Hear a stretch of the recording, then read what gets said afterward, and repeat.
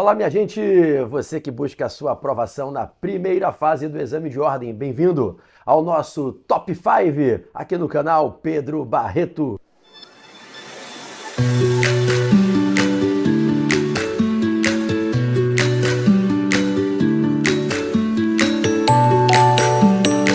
Bom, pessoal, no Top 5 de hoje a matéria é Direito Constitucional. E o primeiro tema que a gente está apostando que pode cair na tua prova de Direito Constitucional é Processo Legislativo Constitucional. Então, no Top 5 de hoje, episódio 1 de Constitucional, o tema é Processo Legislativo Constitucional. Ó pra tela, artigos 59 a 69 da Constituição. Vem comigo. Primeira coisa que você deve se lembrar, quem é que tem iniciativa para apresentar projetos de lei ao Congresso Nacional, impulsionando, quem sabe, o nascimento de uma nova lei federal? Gente, a resposta está no artigo 61.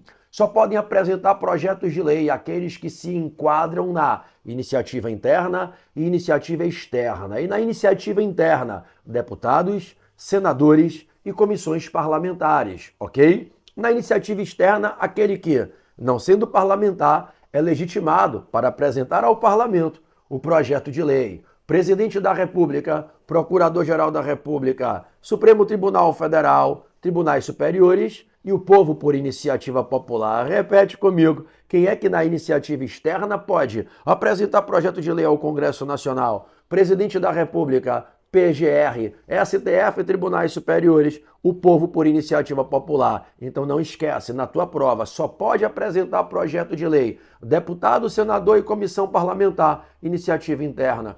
Presidente da República, PGR, STF, Tribunais Superiores e o povo por iniciativa popular.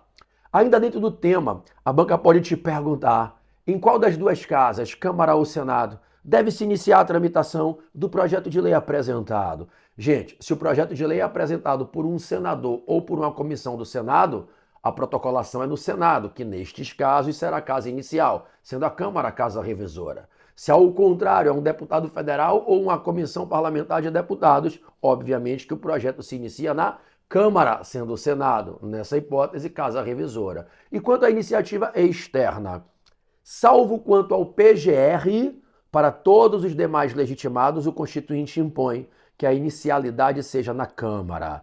Então, o artigo 64 da Constituição vai dizer: projetos de lei de iniciativa do Presidente da República, do STF e dos Tribunais Superiores começam na Câmara. O 61, parágrafo 2º, afirma projeto de lei de iniciativa popular se inicia na Câmara, sendo, nestes casos, a Casa Revisora, o Senado. Começa na Câmara, termina no Senado. Projeto de lei do Presidente, do STF, Tribunais Superiores do Povo, por iniciativa popular. Quanto ao PGR, o Constituinte silencia, não vinculando dita autoridade à regra da inicialidade na Câmara. Cuidado, porque alguns projetos de lei ficam no campo da chamada iniciativa privativa. É dizer, quando o Constituinte estabelece regra de iniciativa privativa, ele está dizendo que para aquele projeto de lei, naquela matéria, naquela pauta temática, somente aquele legitimado tem a privativa iniciativa. É o que acontece com a iniciativa privativa para projetos de lei nas 7 matérias capitais do artigo 61, parágrafo 1º, que só o presidente da República pode apresentar projeto de lei. Faz um favor, lê aqui, ó, lê, tá na tela. Vou botar na tela para você. Pausa o vídeo e faz uma leitura. O parágrafo 1º, incisos 1 e 2 do artigo 61. Só o presidente da República pode apresentar projeto de lei nessas matérias do 61, parágrafo 1º, incisos 1 e 2. Chama a sua atenção para propor, fixar e modificar o efetivo das Forças Armadas. Caiu na prova, só o presidente pode se meter nisso, ok? E lá no inciso 2, nas alíneas A, B, C, D, E, F, fica atento. Só o presidente da República pode apresentar projeto de lei, propondo o feitio de uma lei para criar ou extinguir órgãos públicos, ministérios, órgãos da administração pública direta. Tudo bem? Tudo jóia. Quanto à iniciativa privativa, quero também chamar a tua atenção para o artigo 93 da Constituição. É do STF a iniciativa reservada a ele para projetos de lei que possam formar ou alterar o Estatuto da Magistratura, que inclusive depende de lei complementar. O Estatuto da Magistratura depende de lei complementar de iniciativa do STF. Bom, continue comigo ainda no tema processo legislativo. Medidas provisórias, artigo 62 da Constituição. Medidas provisórias do artigo 62 da Constituição. Somente o presidente da República, dentro do Poder Executivo Federal, tem a prerrogativa para expedir medidas provisórias com força de lei. Mas se, porventura, a banca te perguntar a respeito de medidas provisórias no âmbito dos estados, a jurisprudência do STF é estabilizada de que, se houver permissão dada nas constituições estaduais de forma expressa, os governadores podem expedir medidas provisórias estaduais. Então, somente o presidente da República no âmbito federal e os governadores no âmbito estadual, se houver expressa autorização na Constituição estadual. Para que se expeça uma medida provisória, a matéria deve ser relevante e urgente. Somente em casos de relevância e urgência pode, no âmbito federal, o presidente da República, no âmbito estadual, os governadores, quando as constituições estaduais permitam, expedir medida provisória. Focando no artigo 62 da Constituição, o parágrafo 1º dele elenca uma série de matérias em que é vedado medida provisória. Cuidado, porque elas caem na prova. Não cabe medida provisória nas matérias do parágrafo 1º do artigo 62, ainda que haja relevância e urgência. Você vai olhar para a tela, a nossa produção vai colocar aqui o parágrafo 1º do artigo 62 da Constituição e você olhará com calma os incisos que passarão aqui. Você vai observar que essas matérias não permitem medida provisória. Fique atento, pause o vídeo, olhe, leia a Constituição para não errar na prova. Mesmo que se tenha relevância e urgência, não cabe MP nas matérias do artigo 62, parágrafo 1º. Por exemplo, não cabe medida provisória em matéria de nacionalidade, cidadania, direitos políticos. Você nunca vai admitir matéria provisória em matéria de partidos políticos. Então, direito eleitoral é vedado. É vedado medida provisória em matéria de direito penal, processo civil. É vedado medida provisória para regular, no âmbito financeiro orçamentário, plano plurianual, lei de diretrizes orçamentárias, lei orçamentária anual, não podem ser feitas por medida provisória. É vedado medida provisória para abertura de créditos adicionais ou suplementares, ressalvados os créditos extraordinários e situações de urgência. Esses podem. Então é vedado medida provisória para uma série de feitos, como, por exemplo, matéria de lei complementar. Não cabe medida provisória em matéria de lei complementar, ok? Leitura do 62, parágrafo 1º, você vai se dar bem na prova. Quanto às medidas provisórias, elas, quando expedidas, produzem efeitos por 60 dias. Esse prazo, todavia, pode ser prorrogado por mais 60 dias. E só cabe uma única prorrogação. E não se esqueça, por igual período. Expedida MP, ela produz efeitos por 60 dias, prorrogáveis uma única vez por mais 60 dias. Se a MP não for apreciada, não for objeto de deliberação, expirado o prazo, ela caduca, ocorre o decurso de prazo, que é como se fosse uma rejeição tácita pelo Congresso, não tem como mantê-la a partir dali. Sendo aplicável, ela cai, ela caduca, ocorre o decurso de prazo e da queda dela para frente, ela para de produzir efeitos. Mas o MP também pode ser rejeitado expressamente, tá, pessoal? Ou na Câmara ou no Senado. Se a Câmara rejeitar a MP ou a Câmara aprovando, o Senado rejeitar, ela também para de produzir efeitos a partir da sua queda. Expedida a MP, ela tem apreciação inicial na Câmara. Antes de ser apreciada na Câmara, primeiro, ela passará por uma comissão mista, tá? Expedida MP, uma comissão mista avaliará a medida provisória e fará um parecer explicando do que se trata e dando suas considerações sobre potenciais inconstitucionalidades que, caso existam, sejam detectadas para que os deputados e depois os senadores, quando vierem a apreciar, lendo o parecer, saibam do que se trata. Passada pela comissão mista, onde não fica por mais de 3 dias, até no máximo 3 dias, ela segue para a Câmara, onde será primeiro apreciada e votada. Se a Câmara rejeitar, a MP é arquivada, é rejeitada e arquivada. Se a Câmara aprovar, encaminha para o Senado. Se o Senado também aprovar, aprovada a MP nas duas casas, não se remete para o presidente para sanção ou veto. Se a MP for aprovada na Câmara e depois no Senado, ela é convertida em lei ordinária, sempre em lei ordinária, lembre, não cabe medida provisória em matéria de lei complementar, caiu na prova, MP, passou pela Câmara, foi aprovada, passou pelo Senado, foi aprovada, vai virar lei ordinária, ok? Não será necessário remeter para o presidente para sanção ou veto. Se a MP cair da sua queda para frente, seja por decurso de prazo, rejeição tácita, ou por uma rejeição expressa em qualquer das casas, da queda para frente, ela não mais se aplica e a norma por ela veiculada deixa de ter poder de regência sobre os fatos que ela veio disciplinar. Quanto ao que ela disciplinou, atenção, a banca pode lhe perguntar como é que ficam as situações que foram regidas pela MP durante o tempo da sua vigência. Pessoal, se liga nessa aqui, tá? Caindo a MP, os fatos que foram por ela disciplinados pode ser que continuem sendo de forma definitiva disciplinados pelas normas que a MP trouxe, mas pode ser que essa norma caia e eles não fiquem de modo definitivo submetidos à disciplina dela. É que quando a MP cai, a Constituição estabelece que se abre um prazo de 60 dias para o Congresso Nacional avaliar. Nesses 60 dias, o Congresso tem a prerrogativa de, avaliando, expedir, caso entenda necessário, um decreto legislativo retroativo modificativo. E o Congresso pode, em até 60 dias, a contar da queda da MP, expedir esse decreto legislativo de caráter normativo, retroativo, modificativo, mudando os efeitos que a MP determinou para aqueles fatos. O Congresso pode derrubar a aplicação da MP para aqueles fatos que ela esteve regendo enquanto ela esteve em vigor. Ou seja, o Congresso pode derrubar a MP expressamente ou por não apreciá-la, deixando ocorrer o decurso de prazo pelo silêncio, e caindo a MP, ela deixa de ser aplicada dali para frente, e o Congresso ainda pode derrubar os efeitos que ela previu para aqueles fatos que vinham sendo regidos por ela. O Congresso tem esse poder de fazer a disciplina normativa inovadora, modificativa, retroativa, desde que o faça em até 60 dias, através de um decreto legislativo. E se esse decreto legislativo não for expedido, aí os efeitos ficam mantidos e a norma da MP que esteve em vigor durante aquele período se convalida, se consolida e fica como definitiva. E para quem viveu aquele período, as normas de regência para os atos daquele tempo são as normas da MP. A MP se convalida como o veículo normativo que trouxe a norma do tempo daquele fato. Ok? Ok. Bom, rejeitada uma MP, seja expressamente ou tacitamente, é possível reeditá-la? Sim. Igualzinha? Sim, mas somente na sessão legislativa anual subsequente. Cuidado com isso em prova. É o artigo 62, parágrafo 10. Só cabe reedição de uma MP rejeitada na sessão legislativa anual subsequente, nunca na mesma sessão legislativa. Bom, é a mesma coisa com os projetos de lei, prof. Não, se liga, pelo amor de Deus, ainda mais você que fez lá no Coaching Exame de Ordem do Portal F3, né, o nosso curso Portal F3, o nosso treinamento CEO, Coaching Exame de Ordem, você que fez o meu módulo completo de Direito Constitucional. Não rateia agora, pelo amor de Deus, não esquece o que eu ensinei. Há uma diferença entre MP e projeto de lei quanto à possibilidade de reedição após uma rejeição.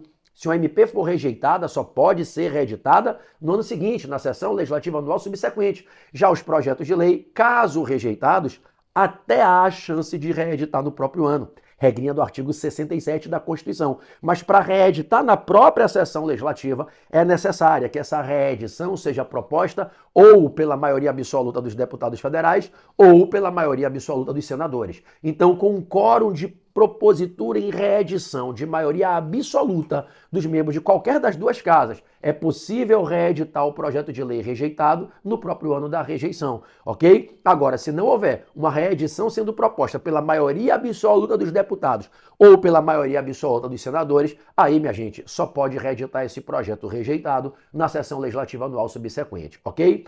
Ok. Para a gente fechar, emendas constitucionais, artigo 60 da Constituição. Quem é que pode apresentar ao Congresso Nacional uma PEC, uma proposta de emenda constitucional? Lembra das nossas aulas? PEC, PEC, PEC, PEC, PEC. Quem pode apresentar uma PEC, gente? Não cabe PEC do Judiciário, não cabe PEC do Ministério Público, não cabe PEC de Iniciativa Popular.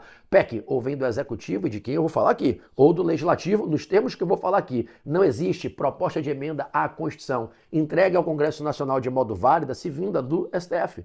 Se vinda do Judiciário, do PGR, do Ministério Público da União, de Iniciativa Popular. Não cabe, galera. PEC ou vem do Presidente da República, simbolizando aqui o Poder Executivo, e só o Presidente da República no Poder Executivo, inclusive a única hipótese de iniciativa individual para a PEC, ou então vem do Legislativo, federal ou estadual, dentro dos limites que eu vou colocar agora. Como é que surge uma PEC no Legislativo federal? 1/3 ou mais dos senadores, ou então 1/3 ou mais dos deputados resolve assinar a PEC. A proposta nunca vem de um parlamentar sozinho. Olha a diferença de PEC e projeto de lei. Projeto de lei, qualquer deputado isoladamente, individualmente, pode apresentar. Igualmente, qualquer senador. PEC não. PEC, eu tenho que formar pelo menos 27 dos 81 senadores. 1/3 ou mais. Ou então, lá na Câmara, 171 ou mais dos 513 deputados federais, 1/3 ou mais. Então, PEC ou vem do Presidente da República, ou vem de 1/3 ou mais dos deputados federais, ou vem de 1/3 ou mais dos senadores. E quanto à PEC de origem no Legislativo Estadual, como é que os estados conseguem formar uma PEC para apresentá-la ao Congresso? Pela maioria absoluta das assembleias. 14 assembleias legislativas têm que se reunir para juntas assinarem a PEC. Ou 13 assembleias e a Câmara Legislativa do Distrito Federal, que é equiparada a uma assembleia para esse propósito aqui. 14 das 27 casas legislativas dos Estados-membros e Distrito Federal, 14 de 27, maioria absoluta, ok? Cada Assembleia, para participar desse movimento, aderindo à PEC, para que quando se chegue ao número de 14 se possa protocolar lá no Congresso, cada Assembleia para participar tem que tomar essa decisão de participar ou não do movimento para a assinatura conjunta da PEC. Cada Assembleia tomará essa decisão se participa ou não na sua plenária, na deliberação em sessão plenária, com os deputados estaduais participando. E a maioria dos deputados estaduais presentes na sessão ordinária de deliberação no plenário da Assembleia Legislativa Estadual, com a maioria dos presentes topando, essa Assembleia vai aderir, vai participar do movimento da PEC. A decisão é tomável pela maioria simples, maioria relativa dos deputados estaduais presentes na sessão plenária. A competência não é da mesa diretora da Assembleia, nem do presidente, é do plenário, e a maioria relativa, dos deputados é que toma a decisão. Então, como é que vem uma PEC de origem estadual? Maioria absoluta das assembleias, 14 das 27, sendo que para cada uma participar a decisão é tomável pela maioria relativa dos seus deputados. Tudo bem? Gente, vamos lembrar que a PEC, ela para ser proposta, ela vai ser encaminhada ao Congresso e ela para ser aprovada tem que ser aprovada 2 vezes na Câmara e 2 do Senado, tá? Ela precisa ser aprovada em 2 sessões de votação e aprovação, 2 turnos com aprovação na Câmara e mais 2 no Senado. Ela tem que ser aprovada 4 vezes, em todas elas com quórum mínimo de 3/5. No mínimo 3/5 dos parlamentares em ambas as casas para aprovar. Se a PEC for aprovada 4 vezes, 2 turnos na Câmara, 2 no Senado, mínimo de 3/5, ela pode, enfim, virar emenda constitucional. Não é necessário encaminhá-la após aprovada para a presidência, pois não existe fase de sanção ou veto em PEC. Sanção ou veto é só para projeto de lei, não para PEC, não para medida provisória. Então a PEC, se aprovada na Câmara e no Senado, 2 turnos com 3/5 em cada casa, bingo, ela se converte em emenda e ela é promulgada ali pelas 2 mesas diretoras, de ambas as casas, que promulgá-la-ão e darão o respectivo número de ordem. PEC rejeitada, PEC prejudicada, pode reeditar só na sessão legislativa anual subsequente, mesma regra das medidas provisórias. PEC rejeitada pode ser reeditada, mas somente na sessão legislativa anual subsequente. Lembre ainda que não se pode emendar a Constituição. Na vigência de intervenção federal, estado de defesa, estado de sítio, não se pode emendar a Constituição, formalizar a conclusão do processo ali de aprovação de uma PEC, a conclusão com a emenda ao texto constitucional. Não pode emendar se estivermos em vigor com o estado de defesa decretado, estado de sítio ou a intervenção federal. Não é que não possa propor a PEC pode ser proposta, porque entre a proposta, a deliberação e a aprovação para emendar a Constituição leva a um tempão, não tem nenhum problema propor a PEC. O que não pode é, se aprovada após proposta, formalizar a emenda ao texto constitucional no momento de crise no país. Então, limitação circunstancial, de circunstância. Nessa circunstância, estado de crise, intervenção federal, estado de defesa, estado de sítio, não cabe emenda à Constituição. E por fim, galera, as cláusulas pétreas, artigo 60, parágrafo 4º, não pode ser objeto de deliberação em plenário. Se liga, não pode deliberar, não pode sequer abrir votação, perder tempo votando, porque não vai poder aprovar. E se aprovar, vai ser inconstitucional. Então não pode deliberar sobre proposta de emenda à Constituição que tem a tendência abolicionista de cláusula pétrea. Aquelas 4 cláusulas pétreas, tá? Forma federativa de Estado, separação dos poderes, voto direto, secreto, periódico e universal e os direitos individuais, que na verdade são os direitos fundamentais. O texto constitucional fala em direitos individuais. Então não se pode deliberar, não se pode nem perder tempo no plenário votando. Aprova, não aprova, não pode, amigo. Vocês estão deliberando sobre uma proposta de emenda à Constituição que, se aprovada, tem uma tendência de abolir cláusula pétrea. Não pode. É vedado abolir cláusula pétrea. Então não pode nem deliberar sobre o que tem tendência abolicionista de cláusula pétrea. Quais são as 4 cláusulas pétreas? Forma federativa de Estado, separação dos poderes, voto direto, secreto, periódico e universal e os direitos individuais, entendidos aqui numa interpretação extensiva como direitos fundamentais. Beleza? Beleza, gente. Destaquei aqui projetos de lei, destaquei medidas provisórias e propostas de emenda à Constituição, emendas constitucionais. Espero que vocês tenham gostado. Esse foi o meu primeiro episódio dos 5 de Direito Constitucional nesse Top 5. Bom, você quer assistir todos os Top 5? Quer assistir os 5 episódios de Constitucional? Os 5 de tributário? Os 5 de direito civil? Os 5 de processo civil? Os 5 de ética? Os 5 de administrativo? Você quer assistir todo esse conteúdo aqui? Assina no meu canal do YouTube, o Águias da Aprovação. Faz assinatura, vai aí no canal do YouTube, no link Seja Membro. Clicou em Seja Membro, clica nele, faz assinatura. É um valor simbólico, galera. R$40 por mês não custa nada. Um valor simbólico para um conteúdo de alto nível. Imagina 30 vídeos como esse, trazendo para você direto e objetivo, no ponto, focado exatamente o que a banca pergunta, do jeito que ela pergunta, nos artigos mais cobrados no exame de ordem. 6 matérias, 5 pontos chaves em cada uma. 30 pontos, quem sabe 30 questões acertadas na tua prova. Quem sabe a gente consegue essa benção atenção aqui. Óbvio que assinando o Águias da Aprovação, além disso, você tem todos os conteúdos que eu coloco lá. Os resumos, os simulados, os exercícios, o temas de prova, o dicas de águia. Tem mais de 200 vídeos para você desfrutar por simplesmente assinar, tudo bem? E você vai participar comigo nessa reta final de todo esse nosso Top 5 exame de ordem. Eu tenho fé que eu vou garantir várias questões para você aqui. Valeu? Tamo juntos, segue aqui a gente, se inscreve no canal, deixa o like, assina o Águias da Aprovação e esse vídeo que tá aqui aberto para todos, compartilha em todos os seus grupos do Zap, compartilha com a tua galera que estuda para passar no AB, porque o que eu falei aqui pode cair na tua prova. Beijo!